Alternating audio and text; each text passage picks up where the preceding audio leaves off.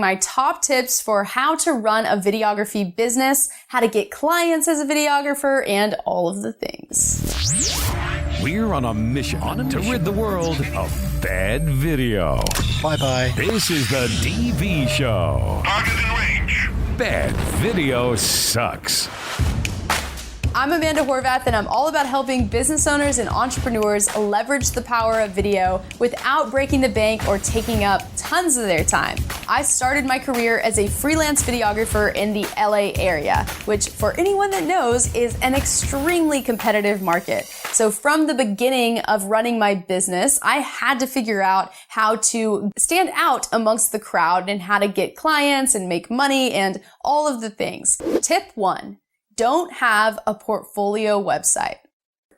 Almost every single videographer out there, when you go to their homepage, is just a bunch of videos that they've already done. And this is a great way to fit in and not stand out from your competition. So if you really want to stand out, then I highly, highly recommend treating your website like a business. When someone clicks on and opens up 5 different tabs of videographers near them, how are you going to speak to that customer in their needs? So if you do a specific kind of video, then call that out when they land on your homepage. So for example, for me, I said every business needs a video. And that was the first word that was on, or first sentence that was on there that would catch their attention. So if someone was opening up these different tabs to look for a wedding videographer, they immediately knew that I wasn't their fit. And if someone was looking for a business video, they could either spend hours looking through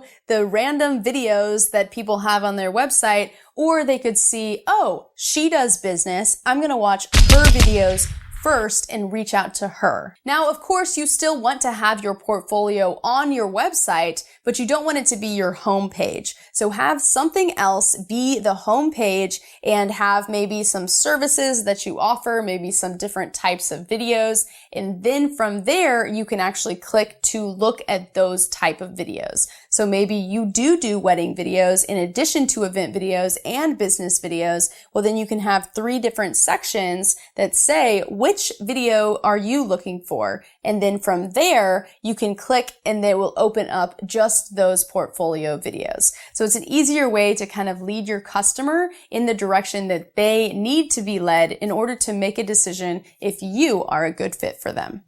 Tip number 2, market yourself everywhere. Once again, I want you to put yourself in the customer's shoes and go type on Google videographers near me and see what websites pop up. More likely than not, there's going to be Yelp, there's going to be Thumbtack, and maybe a couple of others that are specific to your area. So whatever you do, you want to make sure that you are listed as a service provider on these websites. So when you do set up a Yelp account, tons of sales reps are going to start calling you, or not tons. You'll get like one specifically devoted to you. Pick up the phone and ask them what you can do to optimize your portfolio. I don't recommend paying for Yelp ads. They will try to push you in that direction. Just have them do whatever they can to get your site optimized to pop up on Yelp. So when I was doing this, I was one of the top videographers in the city of Austin for whenever someone typed in videographers in Austin. I was like the top 3 within the city. So this was a huge way to drive traffic my direction, is just getting listed on Yelp and picking up the phone and talking to them. Then of course there's Thumbtack, and here's another one for you, Craigslist. Now, I know that might sound kind of crazy to list your services on Craigslist. It might seem like you're not going to get quality clients on there, but I have found the opposite to be true.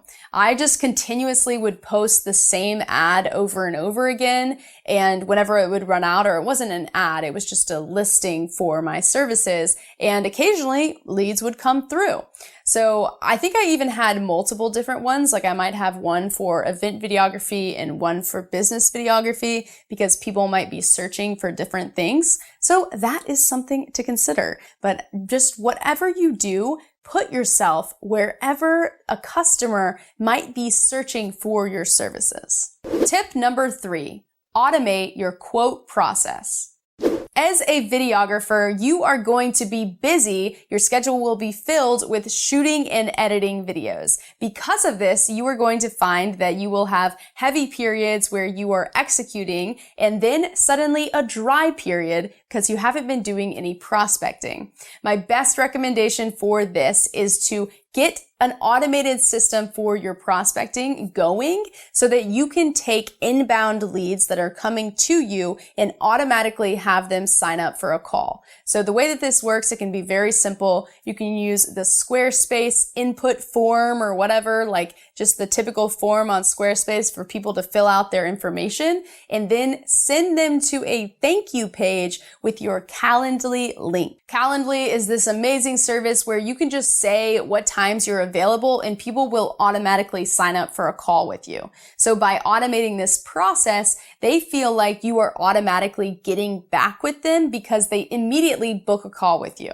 Just be sure to keep your Calendly updated so that if they do book a call, you are actually available. Now let's say that you have a very successful videography business that you're already running and you are getting tons of leads coming in, then you might want to consider taking this automation to the next level. When I was running my business, I had an if-then campaign kind of set up to where I would have them fill out a application form that would tell me as many details as possible for me to be able to tell if it was a good or bad project for me. And I had one question in there. I asked what their budget is and they had a drop down for the different options. And if they said a number that was below my minimum budget, they would automatically get an email sent to them that says, hey, I'm sorry, but your budget is too low. And if you'd like to go back and reapply, you can do that. But because of that, we're no longer, we recommend moving on to other videographers. That would save me time from having to look at it and decide that this wasn't a good fit. And it would save them time from waiting for me to respond to them. Then, if they did say the proper budget, they would automatically be sent to the link to book a call with me. So you can see how this can save you tons of time. Tip number 4, make a productized offer. Now that you have your call system automated, you are going to need to figure out how to make the quote process less of a headache. You know what I mean if you have been at this game for a while. So what typically happens is people reach out and they say, I want a video, how much? And you're like, I need more detail, right? And then you have to go through this whole process, ask them what they need, try to read between the lines of what they might need, get their budget, realize it's too low and all this different stuff or whatever it is. Or you spend hours and hours creating a perfect proposal for them, send it off, only to find out that they don't have a budget and all the time that you spent on that proposal was wasted time. You can tell, I've done this before, this is a thing. But the way that you avoid this is to actually get rid of writing proposals altogether. You are the professional and you should be able to forecast the needs of your customers. Tip number 5, analyze your end game.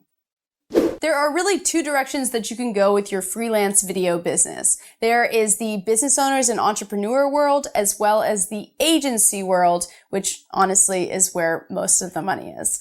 But I want to talk about both worlds and kind of lay out the options for you so that you can decide which one is a better fit for you. So I'm going to talk about my personal story as I navigated these 2 worlds and deciding which direction to go. So when I first started, I was starting out in LA, and there's tons of corporate life going on in Los Angeles where you can be a freelance videographer, cinematographer, all that kind of stuff. But I personally fell in love with working with business owners and entrepreneurs. Now, the reason for that is because you are so much closer to the creative.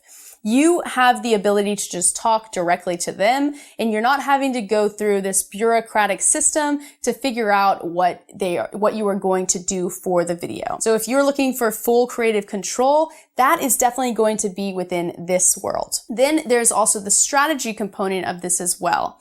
When you are working on the agency side, most likely the strategy is going to just be passed down to you, and you are primarily going to be an executor in this world. Over here now, you might have the option to pitch strategy to your clients and really work with them to build their way up through the ranks and build their business to the dream that they currently have. So personally, I absolutely loved working in this world and didn't really want to go the corporate route.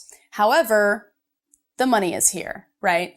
So if you are like me and you are passionate about business owners and entrepreneurs, then your main goal is going to be focused on those productized offers and figuring out a way to serve them at a minimal price point. So I think that right here, it's kind of like a 10K to 15K is the major price points for individuals, while agencies, of course, go to an insane level, 100K, 200K plus kind of thing. So I recommend figuring out how to create products in a method that is going to benefit the business owner, but also be able to keep your prices lower on the lower side without having to put in more work. So do not undercharge for your value. Definitely charge what you're worth, but figure out ways to kind of hack the system and do it faster. So personally, for me, outsourcing was huge in order to cut my prices down.